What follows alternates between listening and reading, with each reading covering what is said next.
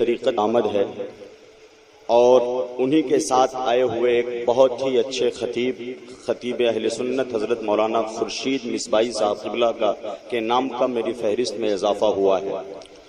تو ظاہر ہے وقت کا لحاظ کرنا میری ذمہ داری ہے، میری ہی نہیں بلکہ ہر فرد کی ذمہ داری ہے۔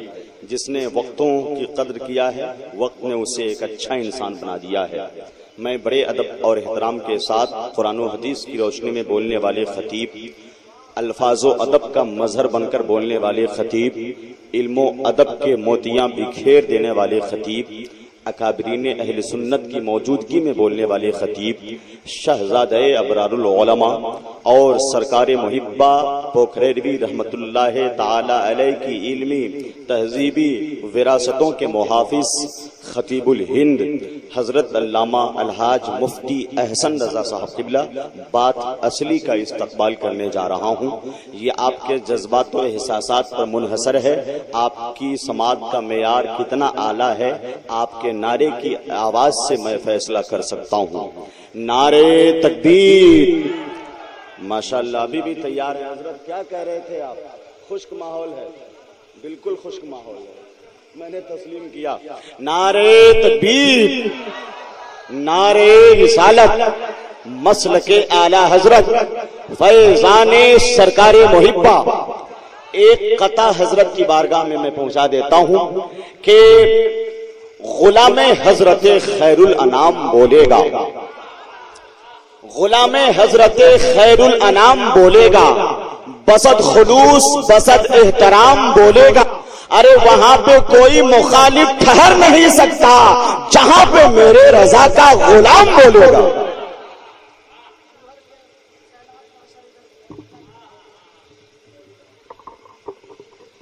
جا رہے ہیں، جا رہے ہیں۔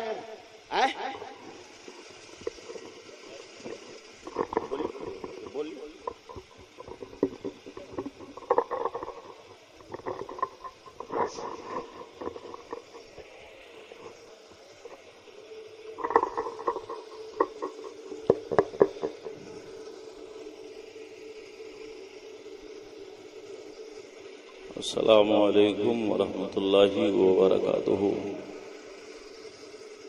الحمدللہ نحمدہ ونصلی ونسلم علی حبیبہ الکریم، اما بعد، اعوذ باللہ من الشیطان الرجیم، بسم اللہ الرحمن الرحیم۔ وَنُنَزِّلُ مِنَ الْقُرْآنِ مَا هُوَ شِفَاءٌ وَرَحْمَةٌ لِّلْمُؤْمِنِينَ۔ آمنت باللہ، صدق اللہ العظیم، وبلغنا رسولہ النبی الامین الکریم، ونحن علی ذلک لمن الشاہدین والشاکرین، والحمد للہ رب العالمین۔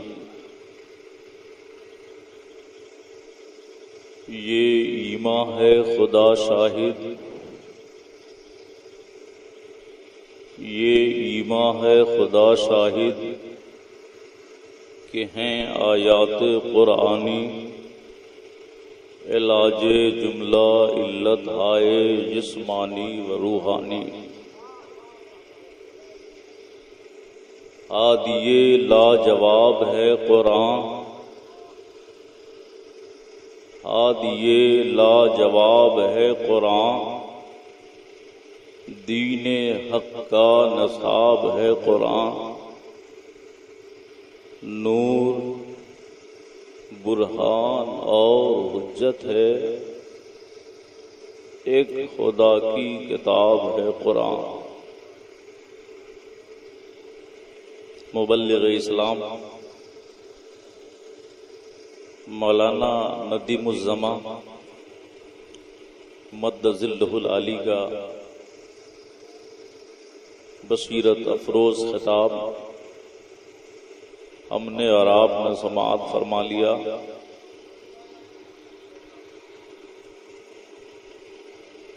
عشاء کے بعد سے ہی نقیب الملک، نقیب اہل سنت علامہ محبوب گوہر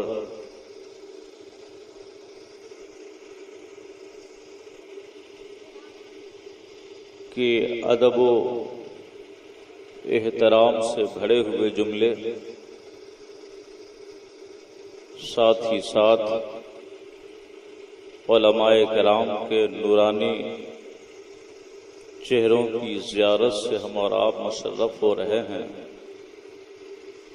خصوصیت کے ساتھ سلسلہ تیغیہ کے ایک عظیم اور مقدس پیر زمن حضرت شاہ صوفی اسحاق تیغی صاحب کے شہزادہ آبروئے ملت حضرت صوفی مستقیم مد ظلہ العالی اور دوسرے شعراء اسلام اکابرین ملت ہمارے اور آپ کے روبرو ہوئے، بہت جلد نباز قوم ملت آل رسول حضرت سید حامد حسن دامت برکاتہم القدسیہ کی تشریف آوری ہونے والی ہے۔ چند لمحوں کے لیے آپ کی خدمت میں حاضری کی سعادت حاصل کر رہا ہوں۔ درود و سلام کا ہدیہ محبت بارگاہ رسالت میں پیش کر لیں۔ اللہم صلی علی سیدنا و مولانا محمد معدن جد والکرم والہ وبارک وسلم صلاۃ و سلاما علیک یا رسول اللہ۔ یہ عجیب معاملہ ہے، ہمارے خطبہ، ہمارے علماء مساجد، مزارات، آراس، جلسوں، کانفرنسوں، دینی، مذہبی اور ملی اجلاس میں عورتوں کی آمد کے تعلق سے ہمیں اور آپ کو ہمیشہ اپنے جملوں سے نوازتے ہیں۔ حدیث پاک میں آیا ہے، حضور رسالت مآب صلی اللہ علیہ وسلم کا جب وصال ہوا،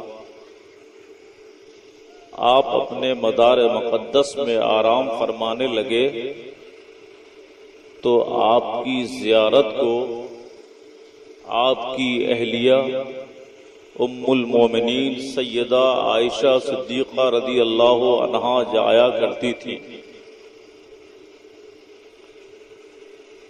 سرکار دو عالم صلی اللہ علیہ وسلم کے بعد جب حضرت سیدنا صدیق اکبر امیر المومنین حضرت ابو بکر صدیق رضی اللہ تعالیٰ عنہ کا وصال پرملال ہوا تو سیدہ عائشہ صدیقہ رضی اللہ عنہا بارگاہ رسالت میں زیارت کو جاتی رہی، چونکہ ایک طرف والد گرامی سیدنا صدیق اکبر تھے اور دوسری طرف شوہر نامدار آقائے دو عالم صلی اللہ علیہ وسلم تھے۔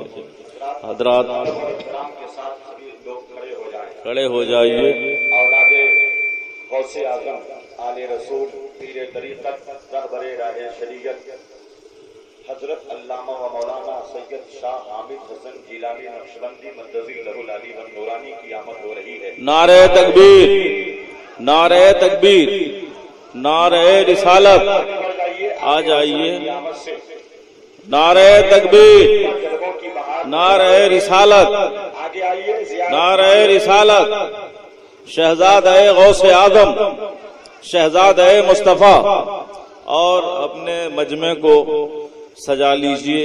یہ جو چیچک زدہ ماحول ہے اس کو بدلیے، اور جس قدر قلیل تعداد پہ مشتمل ہمارا یہ مجمع ہے، ہم اور آپ بادب بیٹھنے کی سعادت حاصل کریں۔ حضرات، ہمیں اور آپ کو اللہ رب العزت اگر کچھ عطا فرماتا ہے تو بس یہ آل رسول کا صدقہ ہے۔ ہماری دعائیں بھی قبول ہوتی ہیں تو آل رسول کا صدقہ ہے۔ حضرت سعد شیرازی نے کہا تھا اگر دعوتم رت گنی ور قبول منو دست و دامان آل رسول۔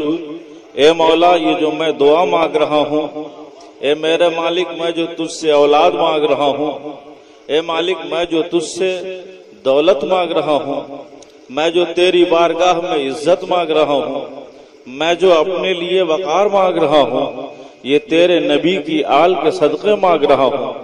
اگر تو نے میری مانگ پوری کر ٹھیک ہے، ورنہ میں رہوں گا اور تیرے نبی کی آل کا دامن رہے گا۔ جب تک مانگ پوری نہیں ہوگی آل نبی کا دامن چھوڑنے والا نہیں۔ اور اس وقت تو حضرت سیدنا عمر ابن خطاب رضی اللہ تعالی عنہ کے تعلق سے بھی کتابوں میں آیا ہے، مدینے میں قحط پڑا اور رعایا پہنچی امیر المومنین کے حضور سیدنا عمر ابن خطاب کے حضور اور عرض کرنے لگی حضور بارش نہیں ہو رہی ہے، حضور کھیتیاں برباد ہو رہی ہیں، حضور باغات سوکھے جا رہے ہیں، حضور ہمارے گلشن میں پھول نہیں کھل رہے ہیں۔ حضرت سیدنا عمر ابن خطاب سے لوگوں نے کہا حضور دعا مانگیے تاکہ اللہ تعالیٰ آپ کی دعاؤں کے صدقے میں بارش برسا دے، دعا مانگیے تاکہ آپ کے صدقے میں اللہ تعالیٰ ہم گنہگاروں پہ بارش رحمت برسا دے کہ ہماری کھیتیاں آباد ہو جائیں، ہمارے کھلیان آباد ہو جائیں، ہمارے گلشن میں پھول کھل جائے۔ لیکن ذرا سا طریقہ دیکھیے، حضرت امیر المومنین سیدنا عمر ابن خطاب نے ہاتھ نہیں اٹھایا، بلکہ سب سے پہلے سرکار دو عالم صلی اللہ علیہ وسلم سے جس انسان کو نسبت تھی ان کو اپنے یہاں بلایا، جسے دنیا حضرت عباس علمدار کے نام سے جانتی ہے، اور حضرت عباس سرکار کے چچا ہیں، حضرت عباس سرکار کے رشتہ دار ہیں۔ حضرت عباس کو حضرت عمر ابن خطاب نے بلایا اور اگر زحمت نہ ہو تو آپ میری طرف جھانکیے، آپ میری طرف جھانکیے۔ میرے آقا حضرت سیدنا عمر ابن خطاب نے ہاتھ اٹھایا اور دونوں ہاتھوں کے بیچ حضرت عباس کے ہاتھ کو رکھا، دونوں ہاتھوں کے بیچ حضرت عباس کے ہاتھوں کو رکھا اور اس کے بعد کہا اے مولا عمر تجھ سے پانی مانگ رہا ہے، اے مولا عمر تجھ سے برسات مانگ رہا ہے، اے مولا تجھ سے عمر اب تیرے کرم کی اور رحمت کی بارش مانگ رہا ہے۔ یہ مدینہ کے لوگ بھوکے مر رہے ہیں، مدینہ کے باشندے پانی کی شدت سے بےتاب ہو رہے ہیں، مدینہ کے مسلمان اور اس کے علاقہ کے مسلمان قحط کی بنیاد پر بے چین ہیں، لیکن اس بے چینی سے نجات دلانے کے لیے مولا عمر نے ہاتھ تو اٹھایا ہے، مگر تو عمر کے ہاتھوں کو نہ دیکھ، عمر کے ہاتھوں کے بیچ جو تیرے نبی کے چچا عباس کا ہاتھ ہے، عباس کے صدقے میں بارش برسا دے۔ حضرات گرامی آج آپ یہاں تشریف لائے ہو حضرت منشی بابا کے عرس میں اور آپ مقدر کے دھنی ہو، آپ کی تقدیر جگ رہی ہے کہ آپ یوں نہیں آئے ہو اور آپ خالی ہاتھ جانے والے نہیں ہو۔ آج تمہارے بیچ رسول اللہ کا شہزادہ آیا ہے، آج تمہارے بیچ غوث آدم کا شہزادہ آیا ہے، آج تمہارے بیچ مولا علی کا شہزادہ آیا ہے۔ اب تم کھڑے ہو کے کہہ سکتے ہو مولا آج میں تیرے منشی، آج تیرے ایک بندے سے مانگنے آیا ہوں اور میں ان سے جو کچھ بھی طلب کر رہا ہوں میرے طلب کرنے والے ہاتھوں کو نہ دیکھ، حسن رضا کے ہاتھوں کو نہ دیکھ، محبوب گوہر کے ہاتھوں کو نہ دیکھ، یہ جو اس کے بیچ میں کھڑا ہے تیرے نبی کا شہزادہ حضرت حامد اعظم کی دیکھ اور ان کا چہرہ دیکھ اور ہمیں تو عطا فرما۔ تو یقین جانو یہ حسن رضا کا ایمان بولتا ہے کہ اگر آل نبی کے صدقہ میں مانگو گے تو پہلے کے لوگوں نے بھی فیضیاب ہونے کی کوشش کی ہے اور تم آنے والے بھی فیضیاب ہو جاؤ گے اور پھر جھومتے کہتے جاؤ گے نعمتیں بارتا جس سمت وہ دیشان گیا، ساتھی رحمت ساتھی منشی رحمت کا قلم دان گیا۔ آج آپ کے سامنے وہ بزرگ شخصیت موجود ہے، اس لیے حضرات میں آپ سے یہ کہوں گا ادب کے ساتھ بیٹھیے اور شہزادہ رسول کی زیارت کیجیے۔ آپ ایک ولی کی بارگاہ میں آئے ہو اور آپ ولی کی بارگاہ میں جو مانگنے کا طریقہ اور سلیقہ ہے اس سلیقے کے ساتھ بیٹھیے تو در ولی سے آپ ہرگز واپس نہیں جائیں گے۔ وہ ولی کی بارگاہ ہے کہ اگر کوئی چور آتا ہے تو ولی بن جائے، وہ غوث اعظم کی بارگاہ ہے، وہ چور آتا ہے تو ولی بن کے آتا ہے، لیکن ہم تو چور بن کے نہیں آئے ہیں، ہم تو نمازی مسلمان بن کے آئے ہیں، ہم تو حاجی مسلمان بن کے آئے ہیں، ہم تو روزہ دار مسلمان بن کے آیا ہے۔ تو جب ولی کی بارگاہ سے ایک چور ولایت کا تحفہ لے کر جاتا ہے، تو آج بھی ایک ولی کی بارگاہ سے تم بہت سارے تحائف لے کر جاؤ گے، اور اتنا لے کر جاؤ گے کہ تم بغیر پوچھے ہوگے ارے میرے کریم سے گر قطرہ کسی نے مانگا، دریا بہا دیے ہیں، دربے بہا دیے ہیں۔ میں اس کریم کے یہاں سے آیا ہوں جہاں ہم نے قطرہ مانگا ہے تو ہمیں سمندر دے دیا گیا ہے۔ حضرات میں یہ بتا رہا تھا، حضرت سیدہ عائشہ صدیقہ آتی تھی، لیکن جب حضرت سیدنا عمر ابن خطاب رضی اللہ تعالیٰ عنہ کا وصال ہوا اور آپ اپنی قبر انور میں تشریف لے گئے تو حضرت عائشہ نے آنا بند کر دیا، اس لیے کہ جب تک شوہر نامدار مصطفیٰ جان رحمت تھے آپ جایا کرتی تھی، جب تک ان کے والد حضرت ابو بکر صدیق تھے آپ مزار کی زیارت کو جایا کرتی تھی، لیکن جب سے حضرت عمر ابن خطاب گئے آپ نے جانا بند کر دیا۔ مجھے وہ حدیث بھی معلوم ہے، سرکار دو عالم صلی اللہ علیہ وسلم کی مسجد نبوی میں ایک طرف اگر صدیق اکبر کھڑے ہوتے تھے، ایک طرف اگر عثمان غنی کھڑے ہوتے تھے، ایک طرف اگر مولا علی کھڑے ہوتے تھے، تو دوسری طرف جماعت میں عائشہ صدیقہ بھی رہا کرتی تھی، دوسری طرف جماعت میں دوسری عورتیں بھی رہا کرتی تھی، اور مرد عورت دونوں مسجد نبوی میں نماز پڑھا کرتے تھے۔ لیکن حضرات وہ وقت تھا جب لوگ صحابہ کرام تھے، وہ وقت تھا جب لوگ متقی تھے، وہ وقت تھا جب لوگوں کے سینوں میں خشیت الہی جلوہ فروز تھی۔ لیکن جب زمانہ گزرتا چلا گیا، جب زمانہ بڑھتا چلا گیا تو دور فاروقی میں عورتوں کو اعلان ہوا کہ کوئی بھی عورت اب مسجد میں جا کر عبادت نہیں کرے گی، کوئی بھی عورت مسجد میں جا کر عبادت نہیں کرے گی۔ ایک صحابیہ بہت ہی بھیڑی ہوئی تھی، میں سرکار کے زمانے میں جایا کرتی تھی، میں بعد نہیں آؤں گی، میں دور صدیقی میں جایا کرتی تھی، میں بعد نہیں آؤں گی، اور وہ اپنے شوہر سے لڑا کرتی تھی۔ ایک ایسی شب آئی جب فجر کی نماز کو وہ چلی ہے تو ان کے شوہر خاموشی کے ساتھ رات کی تاریکی میں ان کے سر پہ ہاتھ رکھے ہیں۔ جب سے ہی سر پہ ہاتھ رکھا ہے تو انہوں نے کہا واللہ اب فتنے کا زمانہ آ گیا ہے، اور اب تو میں مسجد کے لیے کیا کسی کام کے لیے گھر سے باہر نہیں جاؤں گی۔ اور اس کے بعد عورتوں کا آنا بند ہو گیا، گویا عورتوں کا آنا صحابہ کے زمانے میں بند ہوا، عورتوں کا آنا ان متقین کے زمانے میں بند ہوا، عورتوں کا آنا اس طرح سے ان حضرات کے زمانے میں بند ہوا۔ اور اب تو فساق اور فجار کی کمی نہیں ہے، اب تو بد نظروں کی کمی نہیں ہے۔ اس لیے جب عورتوں کا مسجد میں آنا مردوں کے ساتھ صحیح نہیں ہے تو دوسرے مقامات کا تذکرہ کیا ہے۔ اس لیے ہماری عورتیں اور ہمارے مرد جو کچھ بھی اسلام اور شریعت کی باتیں جانتے ہیں، اگر شریعت مطہرہ پہ عمل کرتے ہوئے چلیں تو انشاءاللہ دنیا کا کوئی انسان ہمیں اور آپ کو انگلی اٹھا کر نہیں بولے گا یہ وہ ہے جو شریعت کے خلاف کام کر رہا ہے، یہ وہ ہے جو شریعت اسلامیہ کی دھجیاں اڑا رہا ہے، یہ وہ ہے جو اسلام اور شریعت مطہرہ کے خلاف عمل کر رہا ہے۔ اس لیے حضرات ہماری سب سے بڑی کوشش یہ ہونا چاہیے کہ جب ہمارا قدم اٹھے تو دنیا انگلی اٹھا کر کہے یہ وہ ہے جو شریعت پہ چلنے والا جا رہا ہے، یہ وہ ہے جو مصطفیٰ کا پیروکار جا رہا ہے، یہ وہ ہے جو صحابہ کے نقش قدم پہ چلنے والا جا رہا ہے۔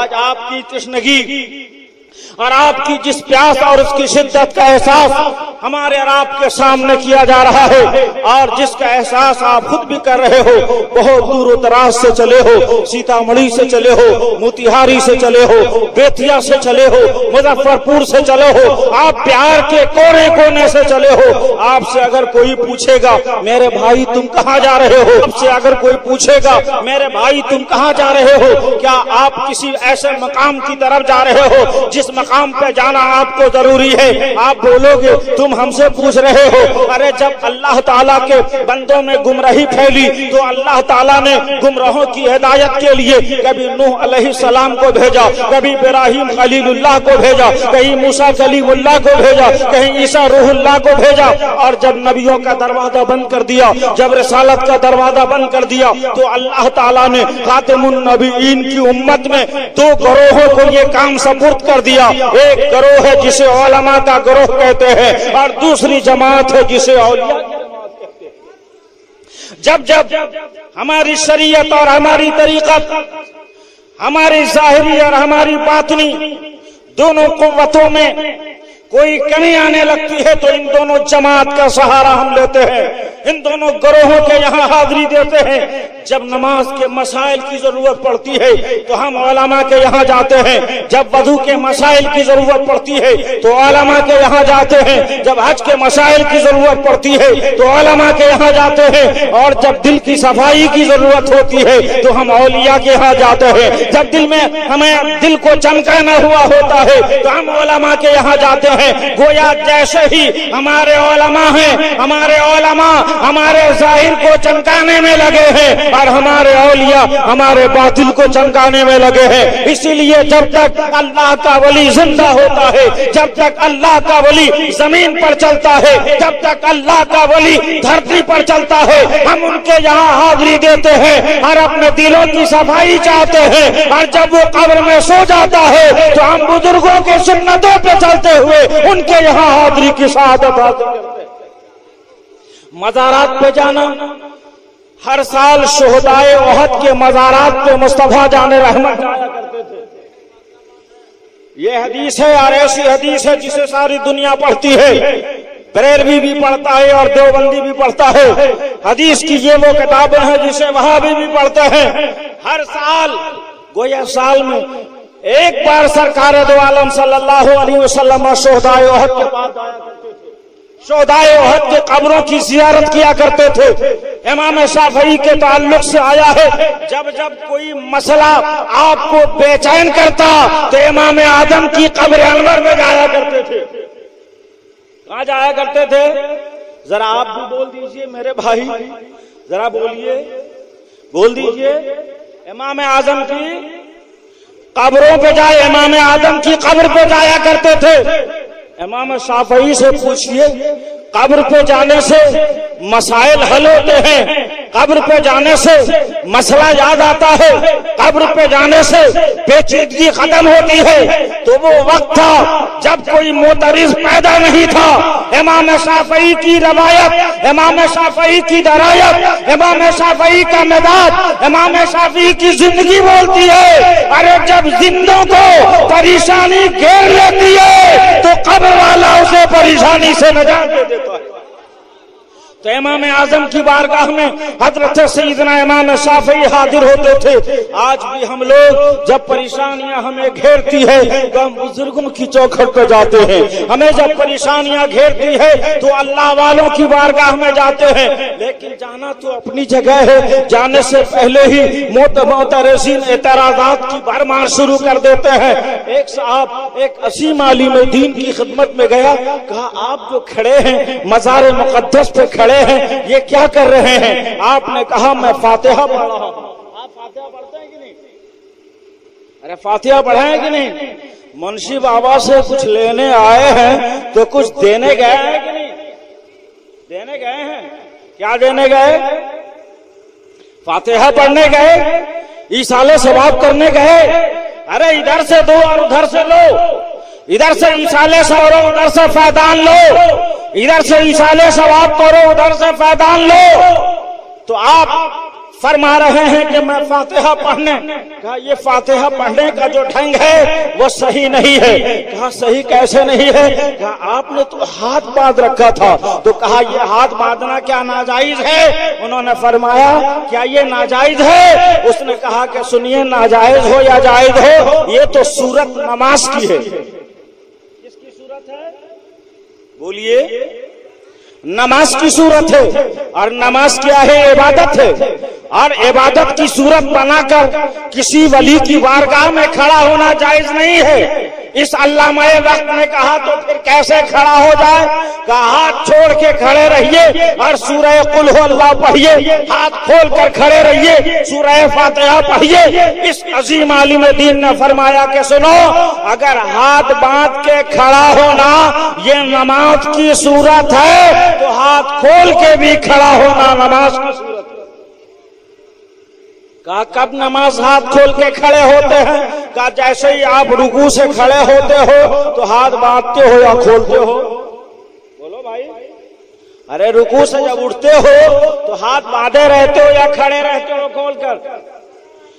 ہاتھ باندھ کر نہیں، ہاتھ کھول کر کھڑے رہتے ہو۔ پھر آپ نے فرمایا تو کیسے کھڑا ہوا جائے؟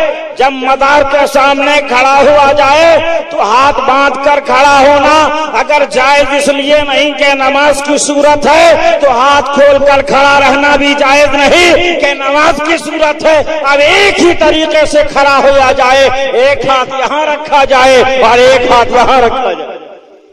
ارے فاتحہ پڑھنے گیا کہ ڈرامہ کرنے گیا؟ فاتحہ پڑھنے گیا کہ ناٹک کرنے گیا؟ بزرگوں کی دشمنی نے، ان کی توہین و اہانت نے تمہیں اس منزل پہ آنے پر مجبور کر دیا کہ دنیا تمہیں فاتحہ پڑھنے والا نہ کہے، نوٹنکی کرنے والا۔ ہم تو اہل سنت و جماعت اور صراط مستقیم پہ چلنے والے مسلمان ہیں۔ ہم جب ولیوں کے حضور جاتے ہیں تو ہاتھ باندھ کر کھڑے ہوتے ہیں۔ سبحان اللہ تو کہیے، کیسے کھڑے ہوتے ہیں؟ ہاتھ باندھ کر کھڑے ہوتے ہیں، پھر سورہ فاتحہ پڑھتے ہیں، پھر کوئی سورت پڑھتے ہیں اور اس کا ثواب اللہ کے اس محبوب بندے کو بخشتے ہیں۔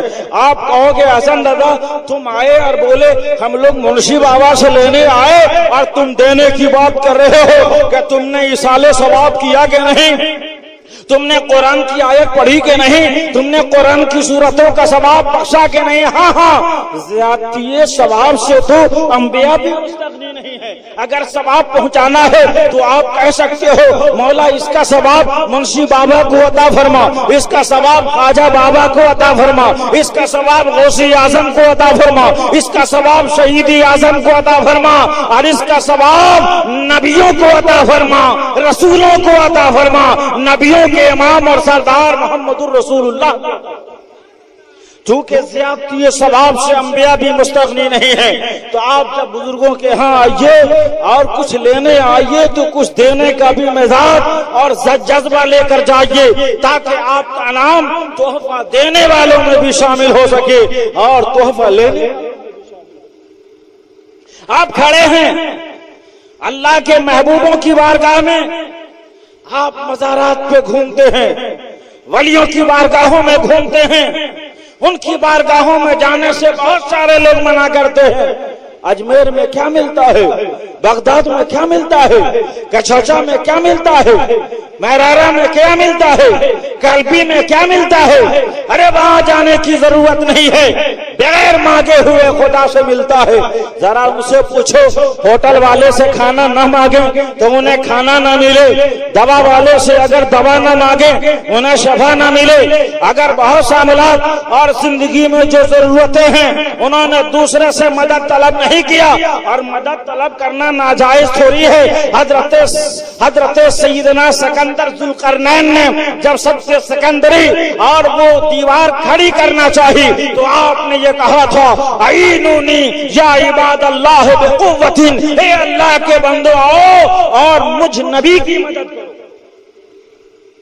اور یہ کتابوں میں آیا ہے اور یہ حدیث شریف میں ہے، اگر تم کسی بیابان میں رہو، کسی صحرا میں رہو، چٹیل میدان میں رہو، کسی علاقے میں رہو اور گم ہو جاؤ، نہ تمہیں مقام کا پتہ چلے نہ مکان کا پتہ چلے، تو آخر میں کہو اعینونی یا عباد اللہ، اے اللہ کے وہ بندے جو اس کام پر مامور ہے میری مدد کرو۔ گویا جب تم ایسی دعا مانگو گے تو رجال الغیب سے اللہ تمہاری مدد فرمائے گا، وہ لوگ جو راستہ دکھاتے ہیں وہ تمہاری مدد کریں گے۔ گویا اللہ کے بندوں سے مدد طلب کرنا، غیر اللہ سے مدد طلب کرنا، یہ تو اللہ حکم دے رہا ہے، کیا قرآن کریم میں آپ نے نہیں پڑھا استعینوا بالصبر والصلاۃ؟ مدد مانگو صبر سے اور نماز سے، صبر سے مدد مانگیں اللہ فرما رہا ہے، نماز سے مدد مانگیں اللہ فرما رہا ہے، تو اللہ کے بندوں سے مدد مانگیں یہ کہاں ناجائز ہے؟ ذرا بتاؤ۔ ارے یہ تو عین ایمان ہے کہ اللہ کے ان بندوں سے مدد مانگو جو مدد کرنے کی صلاحیت رکھتے ہیں۔ مدد کی صلاحیت کون رکھتے ہیں؟ ہمارے عقیدے میں اولیاء، بولیے بولیے، اولیاء مدد کرتے ہیں نا؟ ارے مدد کرتے ہیں نا؟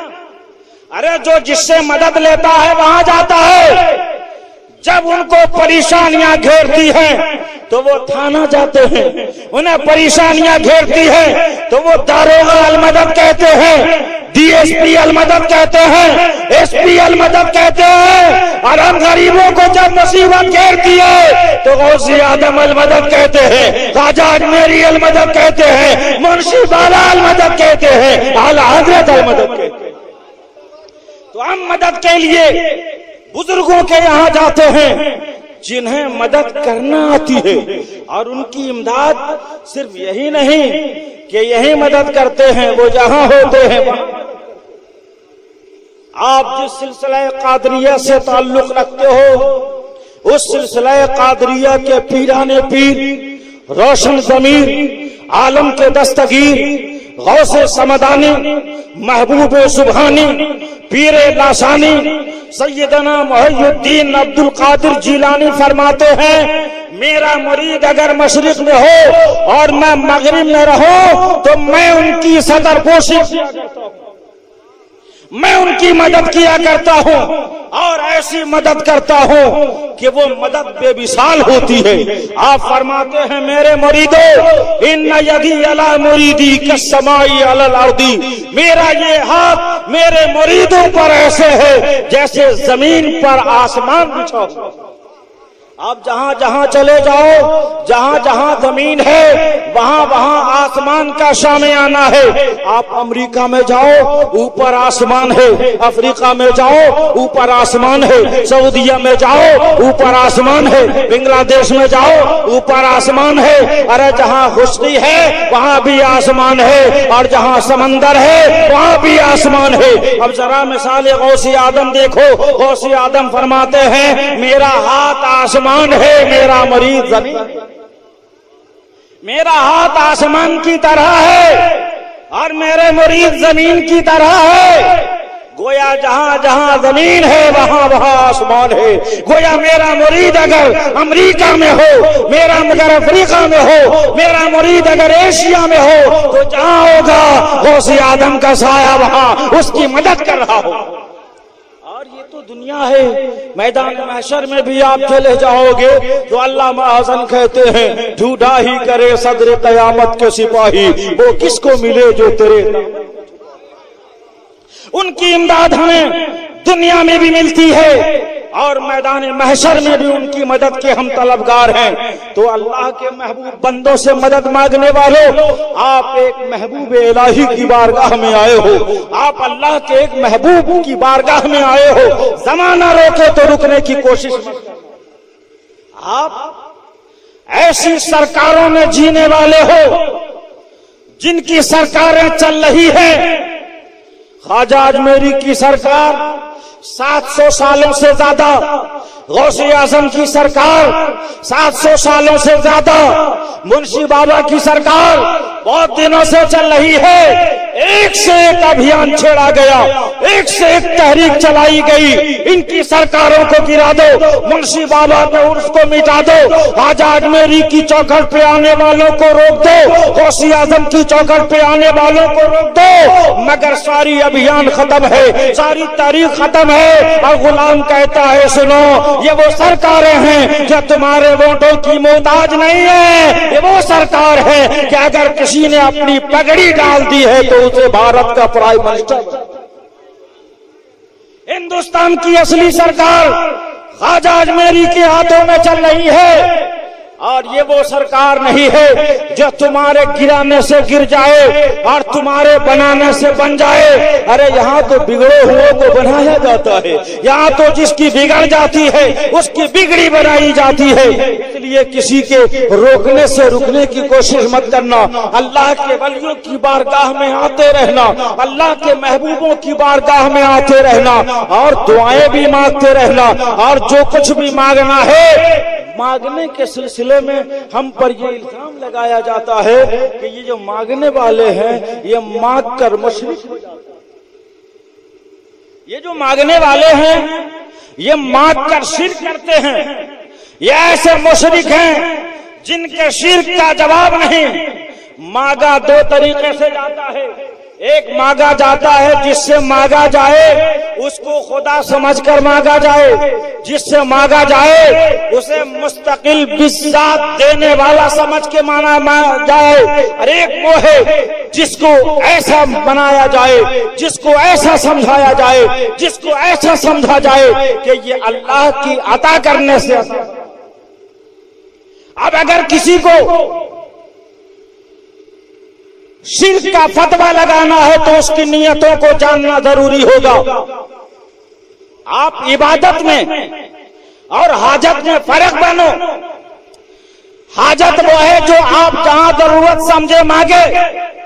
عبادت وہ ہے اقصی غایت التذلل, جب ذلت کی انتہا ہو جائے تو عبادت ہے. اب اگر کوئی ہاتھ باندھ کر اپنے پیر کے سامنے کھڑا ہے تو یہ مت کہو اس کی عبادت کر رہا ہے. اب اگر کوئی ہاتھ کھول کر کسی استاذ کے سامنے کھڑا ہے تو یہ مت کہو عبادت کر رہا ہے. اگر کوئی جھکا ہوا اپنی زمین پہ گری ہوئی سوئی تلاش رہا ہے تو اسے مت کہو رکوع کر رہا ہے. اگر کوئی مرض میں مبتلا ہو کر اپنی پیشانی کو زمین پر ڈالے ہے مت کہو عبادت کر رہا ہے. ارے صورت دیکھنے سے تم فتویٰ لگا رہے ہو. ارے یہی تو وجہ ہے جب ہم عرب, جب ہم سنی مسلمان بزرگوں کے دربار میں جاتے ہیں تو دنیا دیکھتی ہے, مگر مفتی اعظم کی آنکھوں نے جب دیکھا تو کہا سجدہ نہ سمجھ مزدی سر دے سنگے درے جانا ہے. کرتا ہوں جب عیسائی سجدہ نہ سمجھ نجدی سر دیتا ہوں نذرانہ. اس لیے ہماری ان مانگوں کو اور ہمارے ان طریقوں کو شرک سے تعبیر مت کرو. اللہ کی عبادت اور ہے اور ان کے بندوں کی حاجت روائی اور ہے. تو ہم لوگ جب مانگتے ہیں اللہ والوں سے تو یہ در حقیقت اللہ سے ہی مانگتے ہیں, اس لیے کہ مجھے معلوم ہے کہ مستقل بذات اور اپنے آپ میں مختار کل ہو کر دینے والا کوئی بندہ نہیں ہے, وہ اللہ سے دیتا ہے اور ہم غریبوں کی جھولی. وہ اللہ سے لیتا ہے اور ہم غریبوں کی جھولیاں بھرتا ہے. اس لیے بزرگوں کی بارگاہ میں آنے والوں کسی سے اگر کوئی روکتا ہے تو رکنے کی کوششیں مت کرنا, بلکہ اپنی شریعت پہ عمل کرتے ہوئے مانگنا. کہتا کیا ہے, ارے ہاتھ باندھ کر ایک قبر کے سامنے کھڑے ہو کر تم کیا مانگتے ہو, یہ مردہ کیا دے گا, یہ مردہ کیا دے گا. تم کہتے ہو ہمیں یہ چاہیے, مردہ کیا دے گا. تم کہتے ہو ہمیں وہ چاہیے, یہ مردہ کیا دے گا. اگر مردہ نہیں دے گا تو میں آپ کو بتاؤں, آپ نے جنازے کی نماز پڑھی ہے؟ بولیے بولیے. ارے جنازہ پڑھتے ہیں آپ؟ جنازے کی نماز میں آپ میت آگے ہوتی ہے یا پیچھے؟ کسی گاؤں میں ایسا ہوا ہے کہ مردہ کو پیچھے رکھ کے جنازہ پڑھا گیا؟ بولیے. مردہ پیچھے ہے اور مقتدی اور امام آگے ہے. ارے ظہر میں مردہ, ظہر میں امام آگے, عصر میں امام آگے, فجر میں امام آگے, عشاء میں امام آگے, اور جنازے میں امام پیچھے ہے, مردہ سامنے لیٹا ہے. کیا ہے؟ مردہ سامنے لیٹا ہے اور تب امام کیا دعا مانگتا ہے, اللہم اغفر لحینا ومیتنا وشاہدنا وغائبنا وذکرنا وانثانا. مردہ سامنے کھڑا ہے اور امام اور مقتدی دونوں کھڑا ہے. اے اللہ ہمارے زندوں کو بخش دے. سبحان اللہ. مردہ کہاں ہے؟ سامنے لیٹا ہے اور وہاں پہ کھڑا ہو کے کہتا ہے اے اللہ ہمارے زندوں کو بخش دے, ہمارے مردوں کو بخش دے, ہمارے غائب کو بخش دے, ہمارے حاضر کو بخش دے, ہمارے مردوں کو بخش دے, ہماری عورتوں کو بخش دے.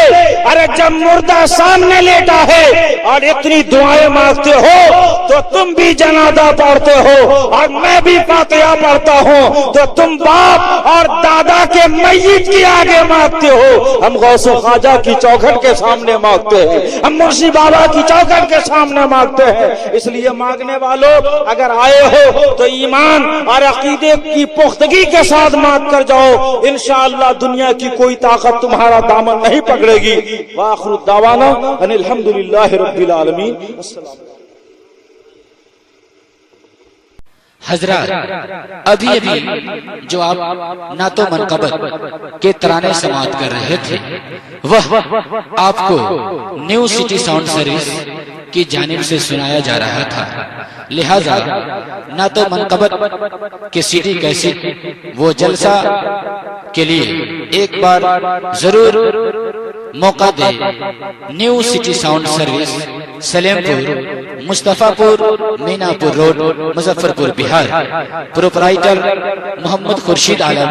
Mobile number 9308 203989.